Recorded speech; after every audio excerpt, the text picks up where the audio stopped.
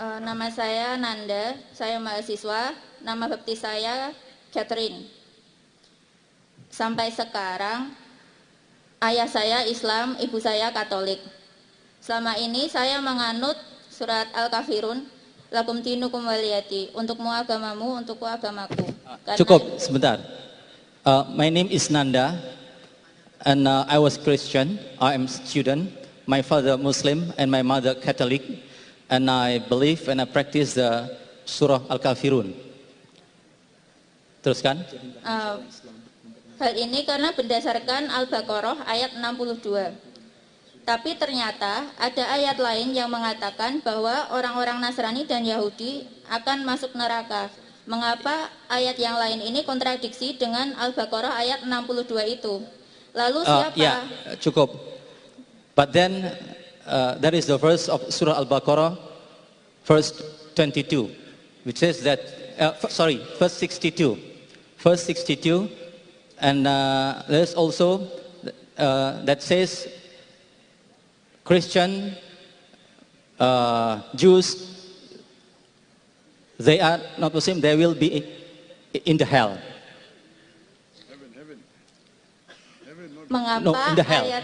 Mengapa ayat yang mengatakan bahwa orang Nasrani dan Yahudi akan masuk neraka itu kontradiksi dengan Al-Baqarah ayat 62? And the expression that said that Christian and Jews that they will enter the hell, it contradicts with Al-Baqarah 62. Why?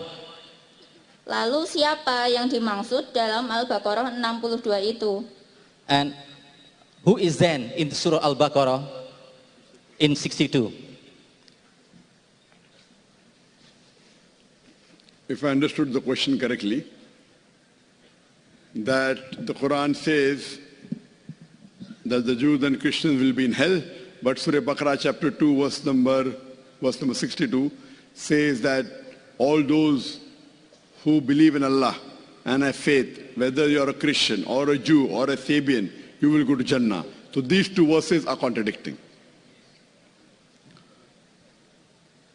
Before I answer this question, I find it very common in Indonesia that Muslims are marrying non-Muslims and they do it so freely. And while traveling in these few days, I realized that Muslim parents willingly give their daughters to marry a non-Muslim. If a Muslim parents give their daughters in marriage to a non-Muslim, most probably even you will be held responsible. Why do the Muslim parents of Indonesia give their daughters and their sons in marriage to non-Muslims? How are you doing it? Allah clearly states in the Quran, in Surah Baqarah, chapter number 2, verse number 221, that do not marry mushrikah until she believes. A believing woman is far better than a mushrikah, even if she allows you. That means you do not marry a mushrik girl until she believes. A believing woman, even if she's a slave woman, even if she's a servant, she is far better than a Muslimah, even if she allows you. She may be the Queen of England. She may be the most beautiful woman in the world. But if she's a non-Muslim, a Muslim woman who is a slave woman is far superior. Why don't the Muslims of Indonesia know that? The verse continues, do not marry a mushrik, do not marry an unbelieving man until he believes. A believing man, a slave man, a servant who's a poor man is far superior than a non-Muslim, even if he allows you. He may be the most handsome man in the world. He may be the king of the world. But a man who has belief, faith is far superior. I think the Indonesian parents don't read the Quran with understanding. In my country, India, if the children of a Muslim parent marry a non-Muslim, 99% they'll be thrown out of the family. Here, the parent is very happy. My daughter is marrying a Christian, my daughter is marrying a Hindu, my son is marrying a... Hindu lady and he wants to become Hindu and they laugh. What's happened to the Muslims of Indonesia?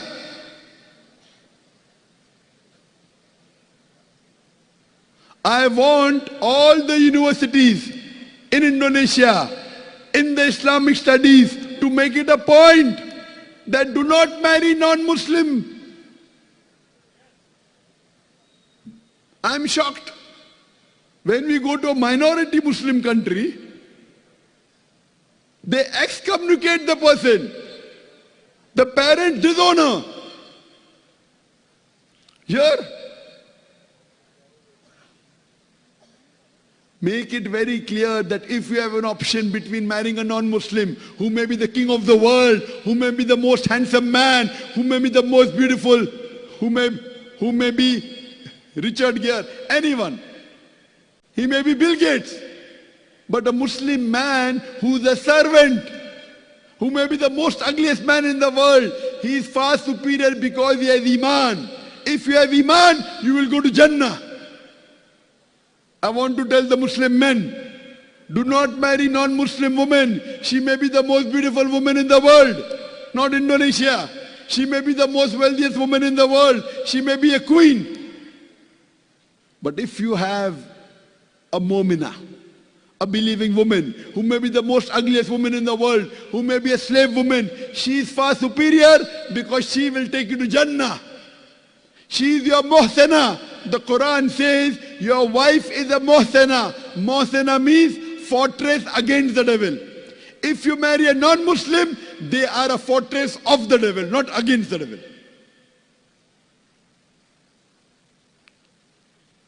The sister is asking a question.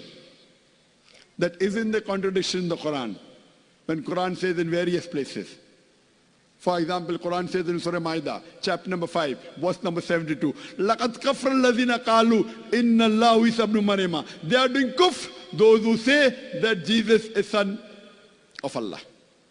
That means the Quran says that the Christians and the Jews, they are kafir, they are mushrik, don't marry them. Here, in Surah Baqarah chapter 2, verse number 62, it says that as to those who believe in Allah and who believe in His revelation, whether they're Christian, whether they're Sabian, whether they're Jews, they will get the reward. This verse, sister, in context says, talking about when people come to the Prophet. If you read the tafsir of Ibn Kathir, it says that when the people came to the Prophet, those who were Christian, those who were Jews, those who were Sabian, that we did so many sins in the past. Can we yet go to Jannah? Then this verse was revealed. Irrespective whether you're a Jew or a Christian, if you believe in one Allah and if you believe in His commandment, inshallah you'll go to Jannah. That means these people accepted Islam. Nowhere does the Quran say that if you remain on Christianity, you'll go to Jannah. If you remain as a Yahud, you'll go to Jannah. It's clear cut.